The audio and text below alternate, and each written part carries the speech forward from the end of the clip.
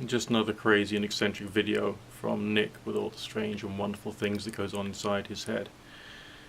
You know, I've had this quartz dowsing pendulum for a long period of time now. And for some reason there's something about this time in my life when I'm really getting back to exploring the fun of manifestation type experiences. This is like the same as what people were talking about when magic was like a really, really cool thing in a pagan environment. But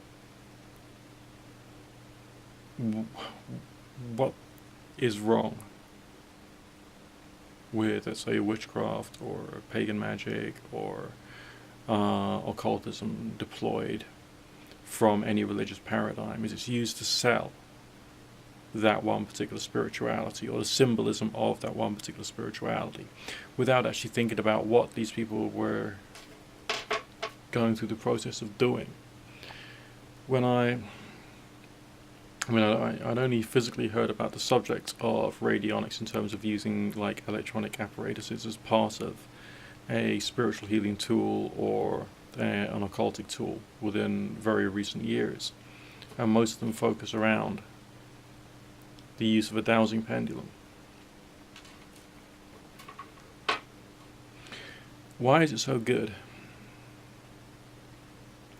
It requires a lengthy process of honing down the questioning. Okay? Honing down the intention. I mean, the whole process of like designing the base 10 or base 44 radionic number system is lengthy. And you can either create a number system to be used within like homeopathic theory, like affecting like. So you find the code for, let's say, your headache, and then you broadcast that through your apparatus. Or you invert the numbers so that you end up with a different code carrying the same information, but sort of like easier for your patient to take. And you find them using the pendulum. There's this other device called a stick pad, which is often used as well, whereby your finger strokes the little pad and you get this feeling of a sticking sensation. And at that point, that's like the yes answer of your pendulum. When you're tuning or dialing the numbers, and the numbers themselves are supposed to be representations of proportion of something. So you build up this code, alright, and building up the probability, I suppose, the percentage chance. I mean, if you got like 3 tarot cards turning up using reversals, you got like thousands or millions to 1 chance that that particular eventuality will happen. And there's only like 78 cards in a pack of tarot cards, okay. If you were to have 11 possible symbols, namely numbers 0 to 10, okay, and you had a whole string of them, 10 of them, and let's say they came out at random, what would be the chances of that particular random outcome? Do the maths. 11 times 11 times 11 times 11, you know, until you've got, you know, the full 10 numbers.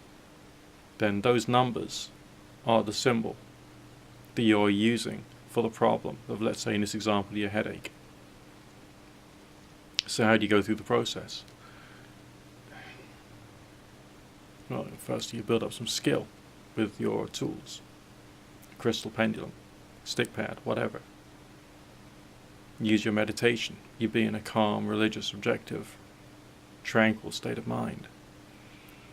Not allowing your subconscious mind to get in the way. You be in a state of kind of belief and pleasure and fun, without the stress of desire for the results.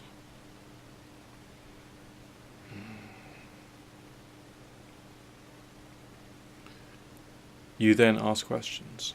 The first question is, am I in the right state to do my dowsing? If your pendulum says yes, you proceed. You carry on asking more and more questions. Can I generate a number system for this? Yes or no. If the answer is no, then can I create a symbol system for this? If the answer is no, then should I create a visualization for this? If the answer is yes, you can then work out with your dowsing and divining what the symbol system or visualization system should be. If it's numbers, you can then use the pendulum, then use a scale, and run your finger along the scale. When you hit the right number, boom, that's the first number you enter in. And when it comes to sending, then it's a question of meditation and prayer.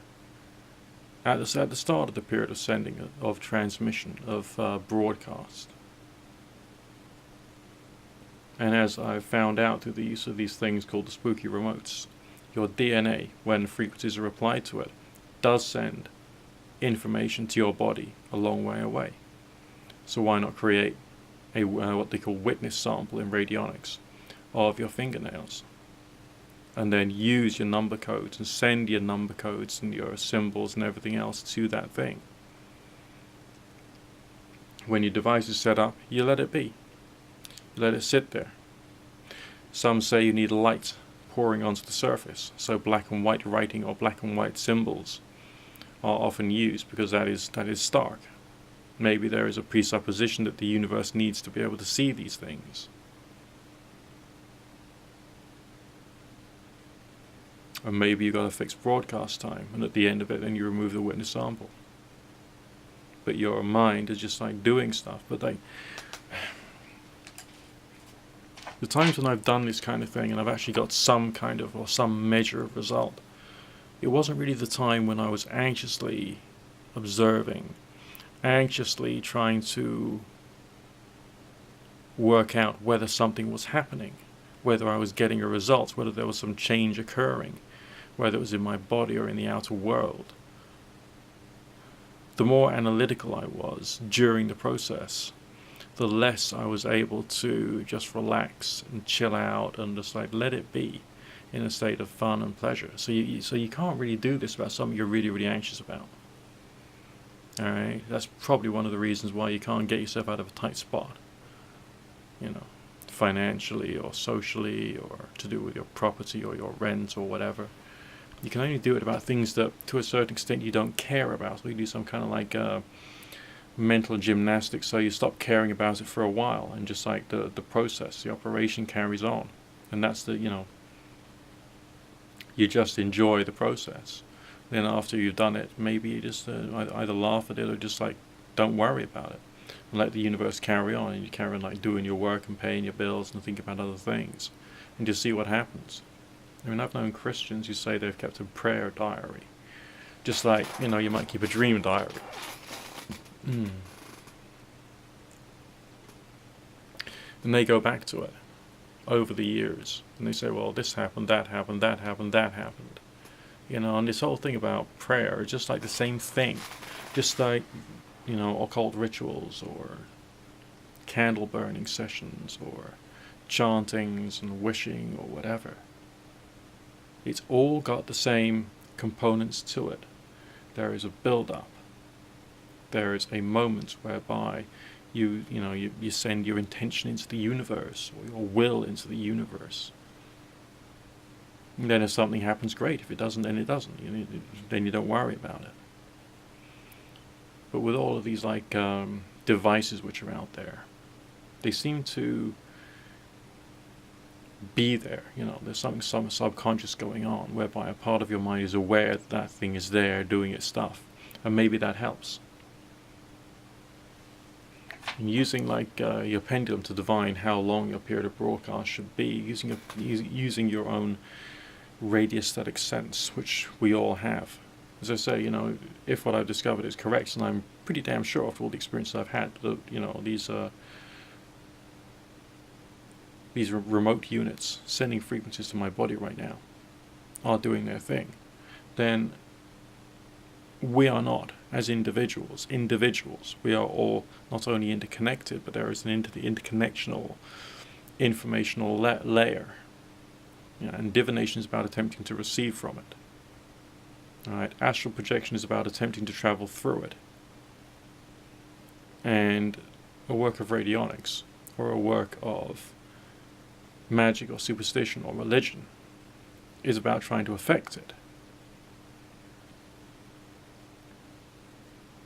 You know, the weird thing about homeopathy, not only if I, tried some and it actually had an appropriate effect,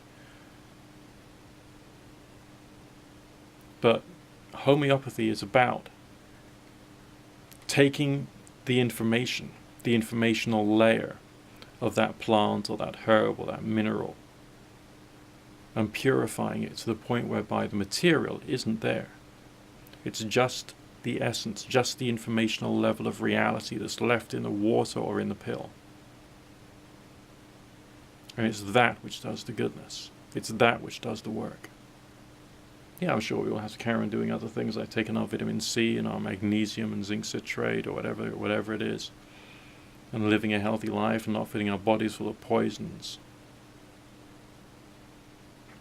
But it's the informational level of stuff suspended in the water, in the pill, which does the work.